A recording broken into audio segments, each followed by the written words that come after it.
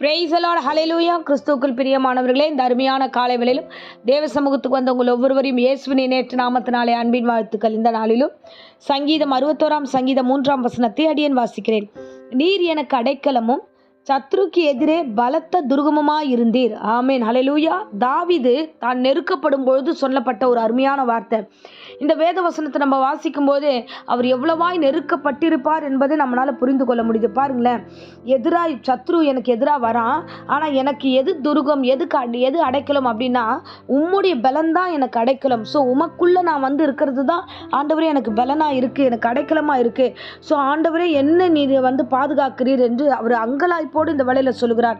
மேல் வசனத்தை பார்த்தீங்கன்னா 2ஆம் வசனத்தில், என் இருதயம் தோய்ந்து போகிறது, பூமியின் கடையாந்திரங்களிலிருந்து உன்னை கூப்பிட்டேன், எனக்கு எட்டாத உயரமான கண்மலையில் என்னை கொண்டு போய் விடும்.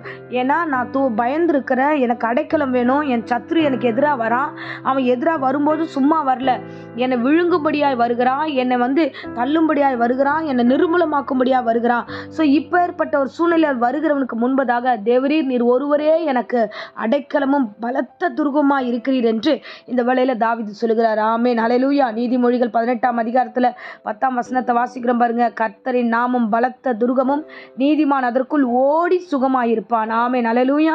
அப்போ நீதிமானுக்கு கர்த்தருடைய நாமம் மாத்திரம்தான் பெரிய பலத்த துர்கமாக இருக்கும். ஸோ அந்த நீதிமான் பார்க்கும்போது பார்க்குறான் பிரச்சனைகள், இந்த உலகத்தில் ஏராளமான பிரச்சனைகள் இருக்குது. இந்த பிரச்சனையிலிருந்து நம்ம விடுதலை ஆகணும்னா கர்த்தருடைய நாமம் மாத்திரமே தான், தேவனுடைய மகிமை மாத்திரம்தான், தேவனுடைய வார்த்தை மாத்திரம்தான் நமக்கு ஒரு அடைக்கலமாக இருக்கும், நமக்கு ஒரு துருகமாக இருக்கும், நமக்கு ஒரு பாதுகாப்பாக இருக்கும் என்று இந்த வேளையில் அந்த நீதிமான் அறிகிறான். ஆமேன், ஹல்லேலூயா. ஸோ நீதிமான் ஓடி போய் அதுக்குள்ளே சுகமாய் தங்கியிருப்பான். கர்த்தர் எல்லாவற்றையும் பார்த்து கொள்வார், இனி எனக்கு எந்த பிரச்சனையும் இல்லை என்று. ஹல்லேலூயா.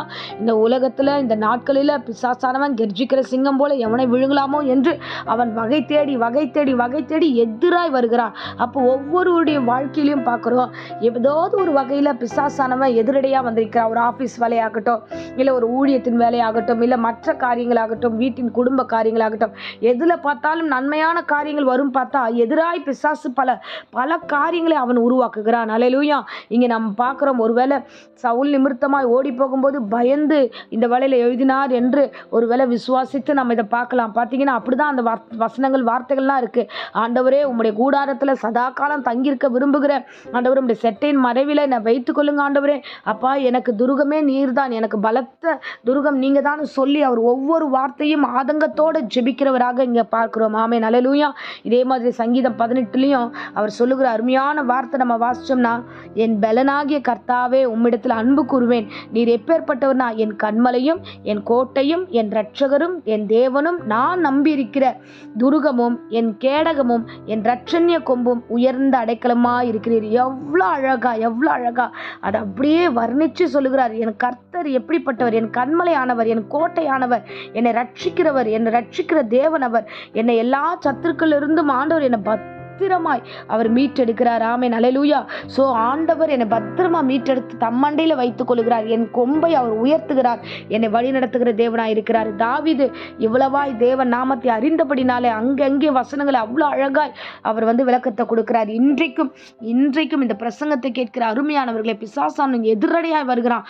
ஸோ நீங்கள் எதை கண்டு பயப்படாதீங்க. ஸோ பிசாசின் சூழ்நிலையை கண்டு ஆண்டவரே இதை எதிர்க்க முடியல ஆண்டவரே என்னால், ஸோ இந்த சூழ்நிலைகள் வந்து இந்த ஆஃபீஸ்லேருந்து என்னால் எதிர்க்க முடியாது, என் வீட்டுக்குள்ளேருந்து இதை நான் செய்ய முடியாது, இந்த காரியத்தை என்னால் பண்ண முடியாதுன்னு சோர்ந்து போகாதீங்க. கர்த்தருடைய நாமத்திற்குள்ளே கடந்து போங்க. கர்த்தர் கொடுத்த வாக்குத்தத்த வசனங்கள் எல்லாம் கிளைம் பண்ணுங்க. ஆண்டவரே இந்த வசனம் இப்படி சொல்லியிருக்கேன், எனக்கு இந்த வசனத்துக்குள்ளே நான் ஒளிந்து கொள்ளுகிறேன், என்னை விடுதலையாக்குங்கன்னு சொல்லி நீங்கள் ஜெபிக்கும் போது கர்த்தர் நிச்சயமாகவே உங்களை விடுதலையாக்கி வழி நடத்த வல்லமுள்ள தேவனாக இருக்கிறார். ஆமென், ஹல்லேலூயா. ஸோ பிரச்சனை வரும்போது, பிசாசு எதிரடையாய் வரும்போது மனுஷனை நம்பி அங்கே ஓடி ஒளியாதீர்கள். நிச்சயமாய் அந்த இடத்துல நாம சமாதானத்துக்கு எதுவாய் வாழ முடியாது. ஆனால் தேவனை நோக்கி வரும்பொழுது எல்லா உபத்திரவத்திலிருந்தும், ஆபத்து காலத்தில் என்னை நோக்கி கூப்பிடு, நான் உன்னை விடுவிப்பேன் கர்த்தர் சொன்னார் இல்லையா? ஸோ ஆபத்து காலம் வரும்போதெல்லாம் அவரை தான் கூப்பிடணும். நீங்கள் அவரை நோக்கி கூப்பிடுங்க. பிரச்சனை நெருக்கடி வரும்போது அவரை நோக்கி கூப்பிடுங்க.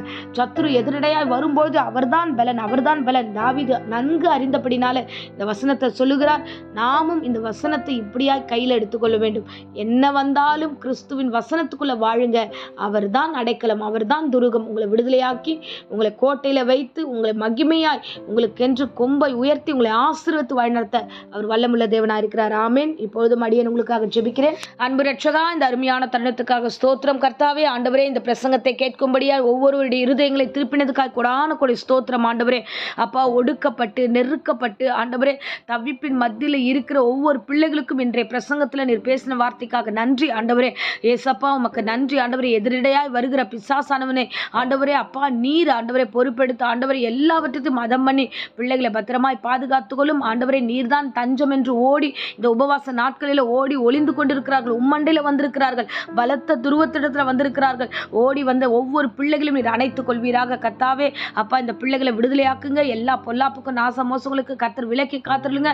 நீர் பெரியவராய் இருந்து பெரிய காரியங்களை செய்வீராக. சத்ருவாகிய ஆண்டவரே சவுல் கைக்கு நீர் நீக்கலாக்கி விடுதலையாக்கி தாவீதை நடத்தினது போலவே ராஜா, இவர்களுக்கு விரோதமாய் இந்த பிரசங்கத்தை கேட்கிற பிள்ளைகளுக்கு விரோதமாய் ஆண்டவரே அப்பா ஏசப்பா வருகிற சத்துருகளுக்கு கையில விலக்கி இந்த பிள்ளைகள் ஒவ்வொருவரையும் பாதுகாத்துக்கொள்ளும். சுகபல ஜீவனை கர்த்தர் கட்டளிடும். ஆரோக்கியத்தோடு வழி நடத்துங்க. வேலை ஸ்தலமாகட்டும், ஊழியமாகட்டும், வீடாகட்டும், எல்லா இடங்களிலும் கர்த்தாவே நீர் ஆண்டவரே அப்பா இந்த பிள்ளைகளை தற்காத்து வழி நடத்துவீராக, பாதுகாப்பீராக.